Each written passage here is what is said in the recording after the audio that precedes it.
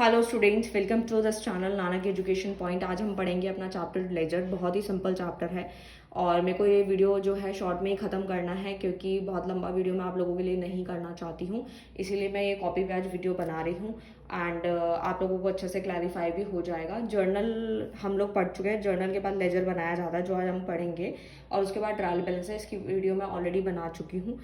Laser दो तरीके से है, एक तो पोस्टिंग है, बैलेंसिंग है। पोस्टिंग में आ जाता है जो भी आपने जर्नल में अकाउंट बनाए हैं उसको उठा के एंट्री जो है वो लेजर में डालते हैं, उसको पोस्टिंग बोलते हैं। बैलेंसिंग मतलब जो भी अकाउंट में एंट्रीज आएंगी, मतलब आप उसका टोटल कर दोगे तो उसे बैलेंसिंग बोला जाता है। ठीक है, ये हमारा फॉर्मेट है लेजर का। ये हमारा डेबिट है, ये हमारा क्रेडिट है। CR लिखते हैं, यहाँ date particular JF amount, date particular JF amount.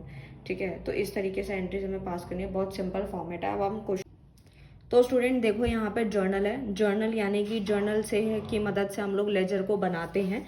तो सबसे पहले हम लोग देखते हैं कि जर्नल के अंदर जितनी भी ट्रांजेक्शन आती है, जैसे कैश आ रहा है, कैपिटल आ रहा है, बैंक आ रहा है, परचेजेस आ रहा है, कृष्णा आ रहा है, मतलब जितनी भी टर्म्स आ रही है उनका सबका अलग अलग अकाउंट बनाना है। ठीक है, सबसे पहला है कैश अकाउंट। तो मैंने यहाँ पे कैश अकाउंट प्रिपेयर किया है।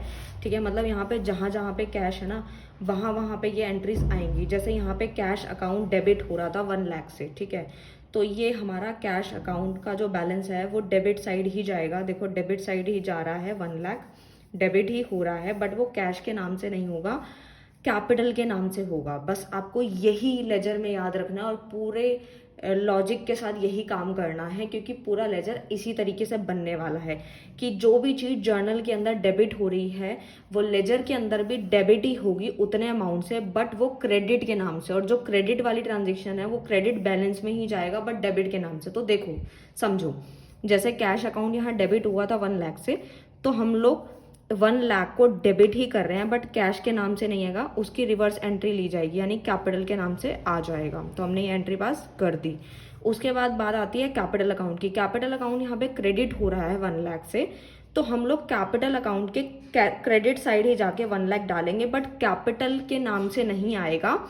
अभी बताया, उसका जस्ट रिवर्स लेते हैं, उल्टा लेते हैं, तो वो कैश के नाम से आ जाएगा। तो यहाँ लिखा है बाय कैश अकाउंट। आपको बस ये याद रखना है, डेबिट की जितनी भी चीज़ें यहाँ आएंगी उसके आगे 2 लगाना है, और जितनी भी क्रेडिट साइड की चीज़ें आएंगी उनसे पहले बाय लगाना है। हर किसी में यही याद रखना है। डेट पर्टिकुलर अमाउंट आप लोगों को पता ही है। ठीक है, तो स्टूडेंट हम लोग इस साइड का टोटल करते हैं। जब हम इस साइड का टोटल करेंगे तो हमारा कुछ टोटल आएगा 80,650। ठीक है, ये हमारा इस साइड का टोटल है, बट इस डेबिट साइड हमारा टोटलिंग ज़्यादा है, क्रेडिट साइड इतनी टोटलिंग नहीं है। ठीक है, तो आपको करना क्या होता है, देखो मैं यहाँ पे आप लोगों को करके दिखा देती हूँ। यहाँ पे बेसिकली पूरा करके दिखाती हूँ मैं आपको। जैसे कि डेबिट साइड का टोटल, ठीक है, वो आपका आ रहा है 1,10,500। ठीक है, और क्रेडिट साइड का टोटल जो आया है हम लोगों का, हमने अभी देखा है 80,650। 80,650 हमारा क्रेडिट साइड का टोटल आ रहा है। तो आप देख रहे होंगे ये तो मिसमैच हो गया, यानी कि हमारा जो अकाउंट्स है वो तो ये कहता है कि बराबर होना चाहिए और ये बराबर नहीं है। तो जब ये बराबर नहीं है तो उसको बराबर करना पड़ेगा। तो हमारा अकाउंट हमें यही समझाता है कि अगर दूसरी साइड अगर कम आ रहा है तो हमें उसको हम बाद में देखेंगे। पहले आप लोगों को क्या करना है, दोनों में से जैसे ये टोटलिंग ज़्यादा आई है, ठीक है, 1,10,500 आ रहा है, तो आपको क्रेडिट साइड भी उतना ही लिखना है। ठीक है, हम लोग क्या करेंगे, पहले इसको जो है यहाँ पे टोटल कर देंगे जब, तो 1,10,500 ही लिखेंगे, मतलब सेम ही लिखना है, क्योंकि जो ज़्यादा आता है उसी को ही हम टोटल में नीचे बराबर कर देते हैं। आप सोचेंगे ये साइड का टोटल तो इतना है ही नहीं, फिर क्यों लिखा, ऐसा लिखना ही है। फिर हमें क्या करना है, जब हमने इसका प्लस किया तो आ रहा है हमारा 80,650, तो हम चेक करेंगे हमारा और कितना रह गया बैलेंस। ठीक है, यानी कितने का डिफरेंस आ रहा है, उसी को चेक करने के लिए हम लोग क्या करते हैं, माइनस करते हैं। तो 1,10,500 माइनस कर देंगे 80,650 को, तो आंसर आपका आ जाएगा 29,850। ठीक है, आप करके देख सकते हैं, आपका आंसर आ जाएगा 29,850 आपका बैलेंस आएगा, जो कि आपको यहाँ पे लिखना है, क्योंकि क्रेडिट साइड में टोटलिंग कम आ रही थी, तो आपको वहीं पे ये लिखना है बाय बैलेंस CD करके। CD मतलब कैरी डाउन होता है, यानी आपको बताता है कि जो आपका डिफरेंस है वो इतने का आ रहा है, यानी कैरी डाउन हो गया। ठीक है, और उसके बाद जैसे यहाँ कैरी डाउन आएगा तो आप देखेंगे वो शिफ्ट हो जाता है, यानी कि वो अगले समय में वो पैसा यूज़ होता है। जैसे कि यहाँ पे ये अप्रैल 30 को इतना बैलेंस बचा था, अब 1 मई को यूज़ होगा तो उसे बोलेंगे टू बैलेंस BD, ठीक है, यानी ब्रॉड डाउन। अगर क्रेडिट साइड में आपका CD आ रहा है तो डेबिट साइड में आपका BD आएगा, यानी कि ब्रॉड डाउन आ जाएगा, ठीक है। आई होप स्टूडेंट आपको ये चीज़ क्लियर हो गई हो। स्टूडेंट्स हम एक एग्जांपल समझते हैं, एक छोटा सा एग्जांपल समझेंगे लेजर अकाउंट का, फिर हमारा हर एक क्वेश्चन सॉल्व हो जाएगा। सपोज हम यहाँ पे लेजर बना रहे हैं, ठीक है, छोटा एग्जांपल है, कैश अकाउंट जैसे हम लोग यहाँ बना रहे हैं। ये हमारा डेबिट साइड हो जाएगा, ये हमारा क्रेडिट हो जाएगा, ये हमारी डेट है, फिर हमारा क्या आता है पर्टिकुलर्स, ठीक है, पर्टिकुलर्स, एंड उसके बाद JF वाला जनरल फोलियो वाला कॉलम आ जाएगा, इसको आप खाली छोड़ सकते हो।